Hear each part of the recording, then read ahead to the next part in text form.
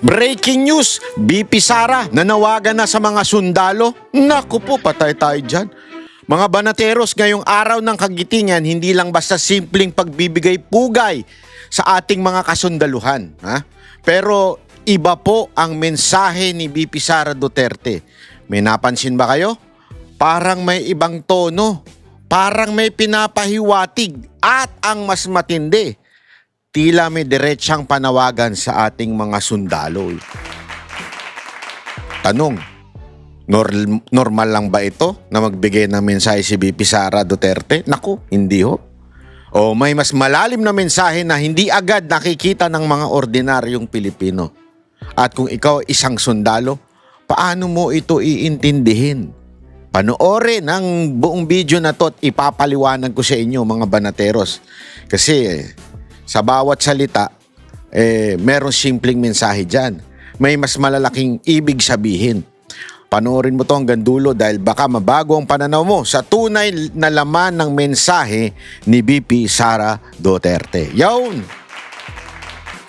Alam nyo, eto kilala naman natin si BP Sara Duterte. Maano ho yan Hindi umiiwas ho yan. At hindi ho yan yung nagsasalita ng walang kahulugan. Yan ay laging nag-iisip bago magsalita. Yan ang isang na-observe natin sa mga ilang beses nating nakakausap si BP Sara Duterte do sa mga interview natin. Siya ho'y talagang hindi bibitaw ng salita na walang kahulugan.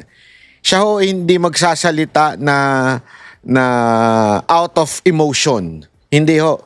Lahat ng kanyang binibitawan may purpose, ika nga. Sinisigurado niya yung kanyang wordings, yung mensahe ay dumating doon sa mga tao. Hindi lang basta makapagsalita. Kasi may mga ganon, di ba, na yung, hindi, minsan totoo yun nauuna yung bibig kesa yung puso't utak. Di ba? Tapos eventually babawiin mo na lang. Hindi ho ganon si BP Sara Duterte. Si BP Sara Duterte, kung mapapansin ninyo bago sumagot sa mga katanungan natin nun, ang lalim ng isip. Gumaganon mo na yun Ganun. Kaya nakakanervous ba? Pag ikaw mag-i-interview, nakakanervous. Kasi yung niya yung kanyang, ayun pagka gumano na yon, matindi isip. Lalo na ho ito. Ito'y speech. Ibig sabihin, hindi ho ito interview. Pinag-isipan niya yung sasabihin niya sa mga sundalo. At, ladies and gentlemen, ipapaliwanag ko sa inyo kasi yung mismong araw ng kagitingan na tinatawag natin, papaalala lang po natin ng bahagya para mas maunawaan ng mga kababayan natin. Ano po ba ito? Kasi marami sa atin nagse-celebrate na isang bagay na nakalimutan na natin ng tunay na dahilan. Itong araw ng kagitingan, ito po yung panahon ng Fall of Bataan, kung saan nahulog sa kamay ng Hapon ang Bataan.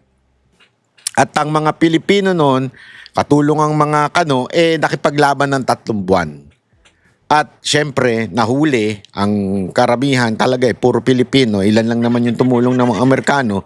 Nahuli po ang mga Pilipino at nagkaroon po ng death march. 100 kilometro mula Bataan hanggang Tarlac.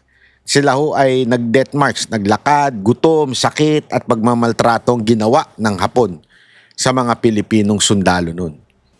At kaya ito tinawag na araw ng kagitingan. Ito'y paalala ng tapang, sakripisyo na handa kang mamatay para sa bayan. Di ba? Responsibilidad mo bilang isang sundalo na ipagtanggol ang iyong bayan.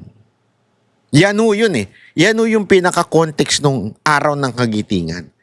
At dito, nagsalita na si BP Sara Duterte. Yung araw ng kagitingan ay para pong araw ng sakripisyo, araw ng pagbibigay at pag-aalay ng buhay ng mga sundalo para sa bayan.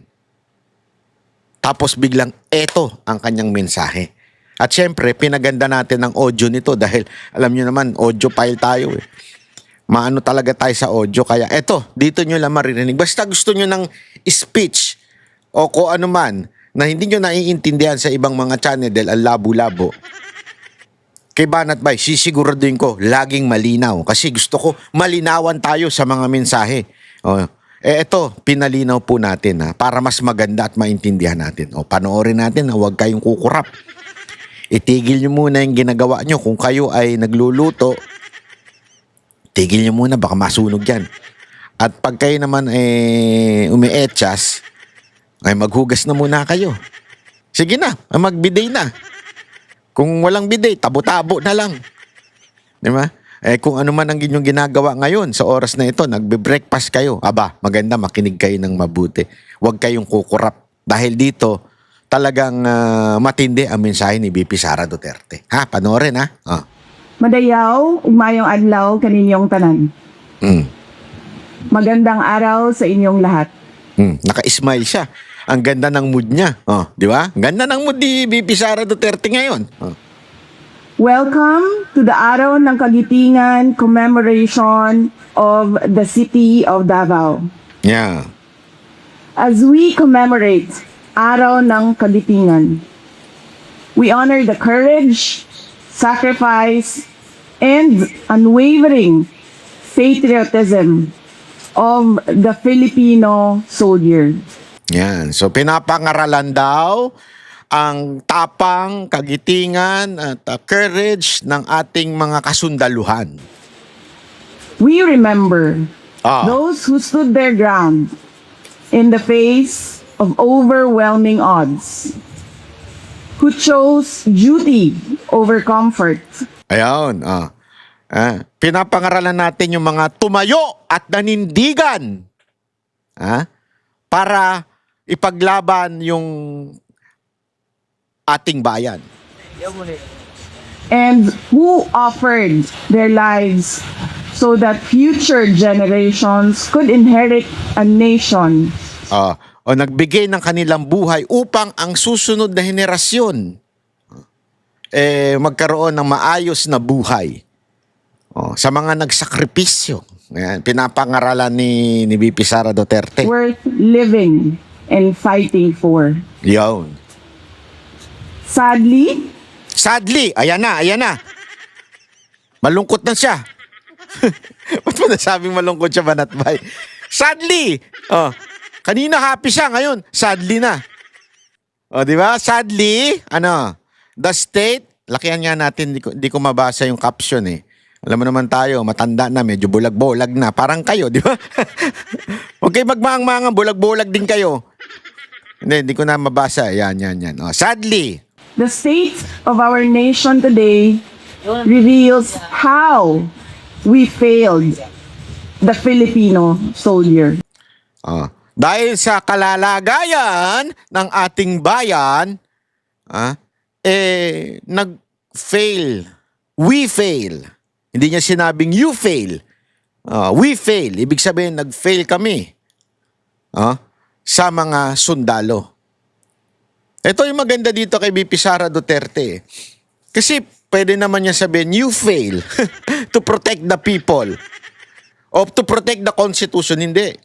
Siya mismo sinasabi niya, we fail. Ako, kami, gobyerno, we fail you. Kasi kayo nakipaglaban, nakipagpatayan para sa susunod na henerasyon, naging matapang kayo, nagsakripisyo kayo ng buhay ninyo, pero kami, nasa gobyerno, we failed you. Di ba? Kami ay nakagawa ng hindi maganda. Yan ang maganda kay VP Sara. Hindi naninisi. Ang inaano niya dito yung kanyang sarili. Tuloy. The Constitution envisions a nation that is independent. Ang ating konstitusyon ay dapat independent. Alam naman natin mga independent dyan. Self-reliant. Self-reliant and guided by a clear and principled foreign policy. Independent, di ba? Self-reliant, sabihin sarili, hindi nakadepende sa ibang bansa at malinaw na may prinsipyong foreign policy. Bakit? Ano ba ibig sabihin ni VP Sara Duterte? Tuloy, para mas maintindihan. Yet, in the absence of a coherent and truly independent foreign policy framework, Dahil sa kakulangan o absence o independent, ano nangyari? Eto. our soldiers are often left navigating conflicts shaped by external pressures. Dahil sa hindi tayo nakagawa ng sarili nating independent foreign policy, napasubo namin kayo, mga sundalo, na nagnanavigate, di ba? Sa conflict na hindi naman atin. Bakit? Ano sabi niya? Conflicts shaped by external pressure. Not by internal pressure. Not by pressure of anyone, but external.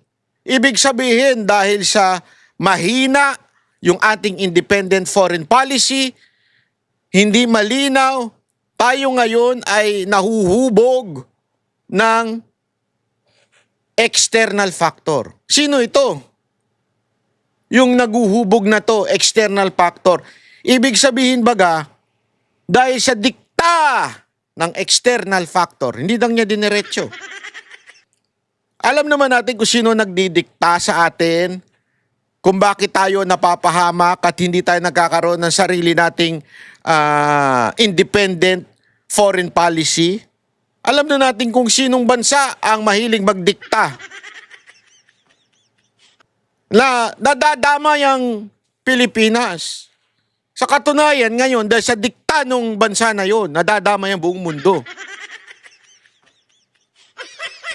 Alam nyo na siguro kung sino yon. Hindi na dapat kailangan ispelingin. Ika nga, dapat pa bang i-memorize yan? Rather than national interest. Yon, instead the national interest. This erosion of strategic direction weakens not only our defense, but also the morale of the Filipino people. Yon, dahil nga sa palpak, hindi lang yung ating depensa ang sumasabit. Dahil sa kapalpakan namin, hindi niya sinabing si Marcos lang. Kasi ganun eh. Di ba? Ayaw niyang maging selective ika nga. Ibig sabihin ayaw niyang sisihin. Ito'y aming failure. Dahil doon, napapahamak ang buong bayan. So dito, nagbibigay na siya ng kanyang pananaw pagdating sa kaguluhan sa ibang bansa. Dito sinasabi niya, dahil sa pumayag ang gobyernong madiktahan ng Big Brother, napapahamak kayo at pati ang buong bayan. Ayan ang kanyang mensahe. Meron pa. Unya, easy, there is more, sabi nga. At the same time, at the same time, ibig sabihin, sabay. At the same time, we are witnessing the creeping return of insurgency. Nako! The creeping return of the insurgency. Ito malinaw. Hindi niya sinabing the return of the insurgency. Ang sinabi niya, creeping return of the insurgency. What do you mean by creeping? Hindi nakakatakot. Ibig sabihin ng creeping, parang gumagapang. Ginagapang na mga putangin ng NPA yan ang ating gobyerno, ang ating bayan. Ginagapang yung insurgency sa ating bansa. Lumakas! Alam natin mga kababayan, ito recently lang may mga napatay na mga sundalo at mga kapulisan. Alam nating pinaghirapan nyo yan. Kayong mga sundalong nakikinig sa akin at mga kapulisang nakikinig at nakikipagbakbakan sa insurgency, lalong-lalo na sa mga probinsya. Alam nyo yan. Pinaghirapan nyo yan. 6 na taon, pinahina ni Pangulong Duterte ang insurgency. At alam nyo rin kung gaano ka-intense si VP Sara Duterte dyan. Kaya ngayon, init na init yung mga makakaliwang grupo na mga supporter nitong mga teroristang NPA na ito.